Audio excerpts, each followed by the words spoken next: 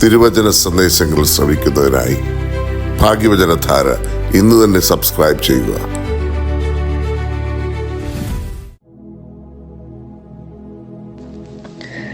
ദൈവ തിരുനാമത്തിന് മഹത്വം ഉണ്ടായിരിക്കട്ടെ. ഭാഗ്യവചനധാര ശുശ്രൂഷയിലേക്ക് ഏവർക്കും സ്വാഗതം. വിശുദ്ധ മർക്കോസ് എഴുതിയ സുവിശേഷം 6-ാം അധ്യായം 41-42. അവൻ ആ 5 അപ്പവും 2 മീനും എടുത്ത് സ്വർഗത്തേക്ക് നോക്കി വാഴ്ത്തി അപ്പം നുറുക്കി അവർക്ക് വിളമ്പുവാൻ തൻ്റെ ശിഷ്യന്മാർക്ക് കൊടുത്തു. ആ 2 മീനും എല്ലാവർക്കും വിഭാഗിച്ചു കൊടുത്തു. എല്ലാവരും തിന്ന് തൃപ്തരായി. തിരക്ക് പിടിച്ച ദിനങ്ങളായിരുന്നു യേശുവിനെന്നും. വിശ്വാസികൾ, മതനേതാക്കൾ, ആരാധകർ, രോഗികൾ, ശ്രോതാക്കൾ, ശിഷ്യന്മാർ എല്ലാം എപ്പോഴും ചുറ്റിനുമുണ്ടായിരുന്നു. സ്വൈരമോ സ്വസ്ഥതയോ വേണ്ടുമണ്ണം ലഭിച്ചിരുന്നില്ല. ഭക്ഷിപ്പാൻ പോലും സമയമില്ലാതെ വണ്ണം ശിഷ്യന്മാരും നല്ല തിരക്കിലായിരുന്നു. ശിഷ്യന്മാരുടെ ദുര്യോഗം കണ്ട ക്രിസ്തു, നിങ്ങൾ ഒരു ഏകാന്ത സ്ഥലത്ത് വേറിട്ട് എന്ന് അല്പമെങ്കിലും ആശ്വസിപ്പീൻ എന്ന് പറയുന്നു. അവരോടൊപ്പം ക്രിസ്തുവും പടകിൽ കയറി ഒരു വിജന സ്ഥലത്തേക്ക് പോകുന്നു. എന്നാൽ ക്രിസ്തുവിൻ്റെ യാത്രാമാർഗം മണത്തറിഞ്ഞ ജനക്കൂട്ടം അവർ വിശ്രമിക്കുവാൻ പോയ വിജന സ്ഥലത്തേക്ക് അവർ ചെന്നെത്തും മുമ്പേ എത്തുന്നു. അപ്രതീക്ഷിതമായി ആ ഒഴിഞ്ഞ പ്രദേശത്ത് തടിച്ചുകൂടിയ പുരുഷാരത്തെ കണ്ട് ശിഷ്യന്മാർ അരിശം കൊള്ളുന്നു. യേശു സ്വതസിദ്ധമായ രീതിയിൽ മനസ്സലിയുന്നു.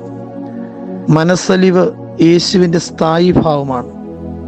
അവരൻ്റെ അനുഭവത്തെ സ്വന്തം അനുഭവമായി മാറ്റുന്നപ്പോൾ മാത്രമാണ് മനസ്സലിവ് സാധ്യമാകുന്നത്. മനുഷ്യനോട് ഏകീഭവിച്ച ക്രിസ്തു സമസൃഷ്ടികളുടെ വികാര വിചാരങ്ങളോട് എളുപ്പത്തിൽ ഏകീഭവിക്കുന്നു.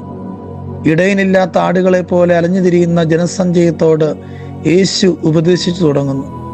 അവൻ്റെ നാവിൽ നിന്ന് പുറപ്പെടുന്ന ലാവണ്യ വാക്കുകൾ ശ്രവിക്കുന്നതിനാകുന്നു അവർ ദൂരെ നിന്നും ഓടിക്കൂടി എത്തിയത് എന്ന് മനസ്സിലാക്കിയ കർത്താവ് തൻ്റെ ആവശ്യം മറന്ന് അവരുടെ ആവശ്യം നിറവേറ്റുന്നു.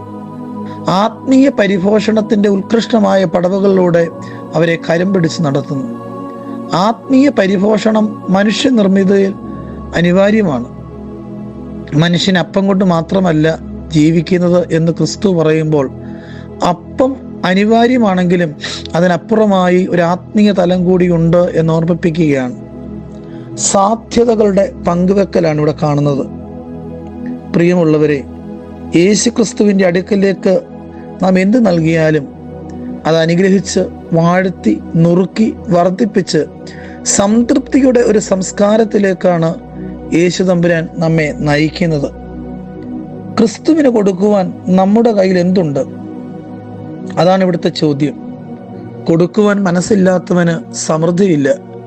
കൊടുക്കുവാൻ മനസ്സില്ലാത്തവന് തൃപ്തിയുടെ സംസ്കാരമില്ല.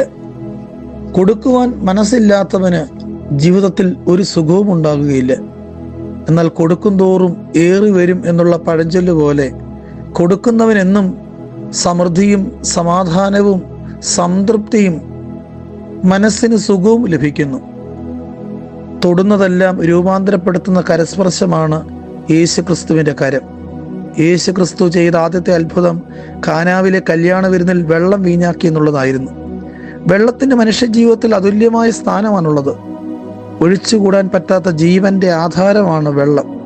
കാനാവിൽ വീഞ്ഞു പോരാതെ വന്നപ്പോൾ വെള്ളത്തെ ക്രിസ്തു വീഞ്ഞാക്കി മാറ്റിയതുപോലെ നമ്മുടെ ജീവിതത്തിൽ എപ്പോഴും കർത്താവിൻ്റെ കരങ്ങളിലേക്ക് സമർപ്പിക്കപ്പെട്ട് രൂപാന്തരത്തിൻ്റെ ഒരു അനുഭവം, ട്രാൻസ്ഫർമേഷൻ്റെ ഒരു അനുഭവം, മൾട്ടിപ്ലിക്കേഷൻ്റെ ഒരു അനുഭവം നമ്മുടെ ജീവിതത്തിൽ എപ്പോഴും ഉണ്ടാകുവാൻ ക്രിസ്തു കരങ്ങളിലേക്ക് നമുക്ക് സമർപ്പിക്കാം. നമ്മുടെ ജീവിതയാത്രയിൽ അതൃപ്തി കുമിയുന്ന ഒരു കാലഘട്ടമാണിത്. സംതൃപ്തി ഉള്ളവരായിട്ടിരിക്കുക എന്നൊരു വലിയ വെല്ലുവിളിയാണ്. പോരായ്മയിൽ ധാരാളിത്തം, അബണ്ടൻസ് ഈസ് ഷോർട്ടേജ്, ക്രിസ്തുവിൻ്റെ കരസൃഷ്ടിയാണ്. കാനാവിലും പ്രദേശത്തും അതുതന്നെയാണ് സംഭവിക്കുന്നത്.